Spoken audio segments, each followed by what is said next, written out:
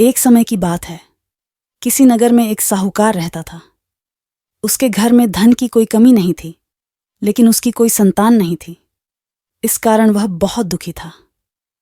पुत्र प्राप्ति के लिए वह प्रत्येक सोमवार व्रत रखता था और पूरी श्रद्धा के साथ शिव मंदिर जाकर भगवान शिव और पार्वती जी की पूजा करता था। उसकी भक्ति देखकर एक दिन मां पार्वती प्रसन्न हो गईं और भगवान शिव से उस साहूकार की मनोकामना पूर्ण करने का आग्रह किया।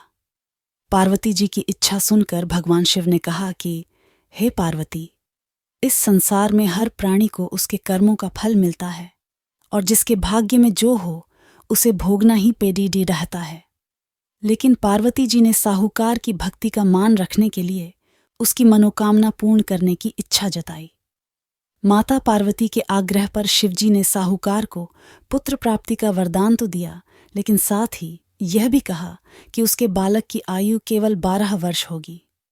माता पार्वती और भगवान शिव की बातचीत को साहूकार सुन रहा था। उसे ना तो इस बात की खुशी थी और ना ही दुख।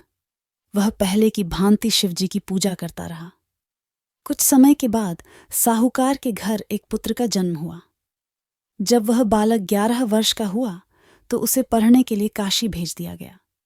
साहूकार ने पुत्र के मामा को बुलाकर उसे बहुत सारा धन दिया और कहा कि तुम इस बालक को काशी विद्या प्राप्ति के लिए ले जाओ और मार्ग में यज्ञ कराना।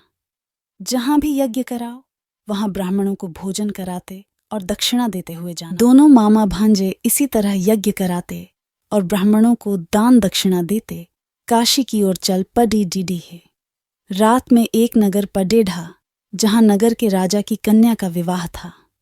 लेकिन जिस राजकुमार से उसका विवाह होने वाला था वह एक आंख से काना था। राजकुमार के पिता ने अपने पुत्र के काना होने की बात को छुपाने के लिए एक चाल सोची। साहूकार के पुत्र को देखकर उसके मन में एक विचार आया। उसने सोचा, क्यों न इस एल्डर डहाके को दूल्हा बनाकर राजकुमारी से विवाह करा दूं। विवाह के बाद इसको धन देकर विदा कर दूंगा और राजकुमारी को अपने नगर ले जाऊंगा। एलडी डिचके को दूल्हे के वस्त्र पहनाकर राजकुमारी से विवाह कर दिया गया। लेकिन साहूकार का पुत्र ईमानदार था। उसे यह बात न्याय संगत नहीं लगी। उसने अवसर पाकर राजकुमारी की चुन्नी के पल्ले पर लिखा कि तुम्हारा विवाह तो मेरे साथ हुआ है, लेकिन जिस राजकुमार के संग तुम्हें भेजा जाएगा वह एक आंख से काना है। मैं तो काशी पढ़ने जा रहा हूं। जब राजकुमारी ने चुन्नी पर लिखी बातें पढ़ी तो उसने अपने माता पिता को यह बात बताई। राजा ने अपनी पुत्री को विदा नहीं किया, जिससे बारात वापस चली गई। दूसरी ओर साहूकार का ललगद्दहका और उसका मामा काशी पहुंचे और वहां जाकर उन्होंने यज्ञ किया। जिस दिन लड्ढाके की आयु 12 साल की हुई उसी दिन यज्ञ रखा गया। लड्ढाके ने अपने मामा से कहा कि मेरी तबीयत कुछ ठीक नहीं है। मामा ने कहा कि तुम अंदर जाकर सो जाओ। शिवजी के वरदानुसार कुछ ही देर में उस बालक के प्राण निकल गए। मृत भांजे को देख उसके मामा ने विलाप शुरू किया। संयोगवश उसी समय शिवजी और माता पार्वती उधर से जा रहे थे। पार्वती ने भगवान से कहा, स्वामी, मुझे इसके रोने के स्वर सहन नहीं हो रहा। आप इस व्यक्ति के कष्ट को अवश्य दूर करें।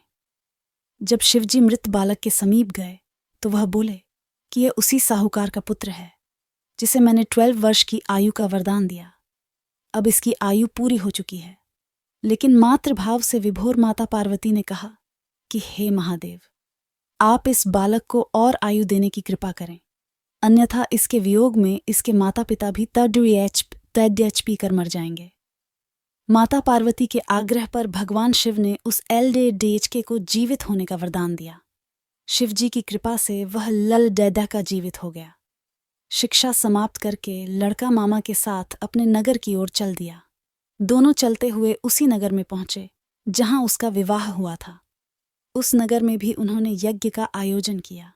उस एलडीएचके के ससुर ने उसे पहचान लिया और महल में ले जाकर उसकी खातिरदारी की और अपनी पुत्री को विदा किया। इधर साहूकार और उसकी पत्नी भूखे प्यासे रहकर बेटे की प्रतीक्षा कर रहे थे। उन्होंने प्रण कर रखा था कि यदि उन्हें अपने बेटे की मृत्यु का समाचार मिला तो वह भी प्राण त्याग देंगे।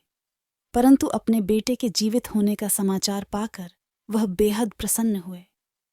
उसी रात भगवान शिव ने व्यापारी के स्वप्न में आकर कहा, हे श्रेष्ठी, मैंने तेरे सोमवार के व्रत करने और व्रत कथा सुनने से प्रसन्न होकर तेरे पुत्र को लंबी आयु प्रदान की है।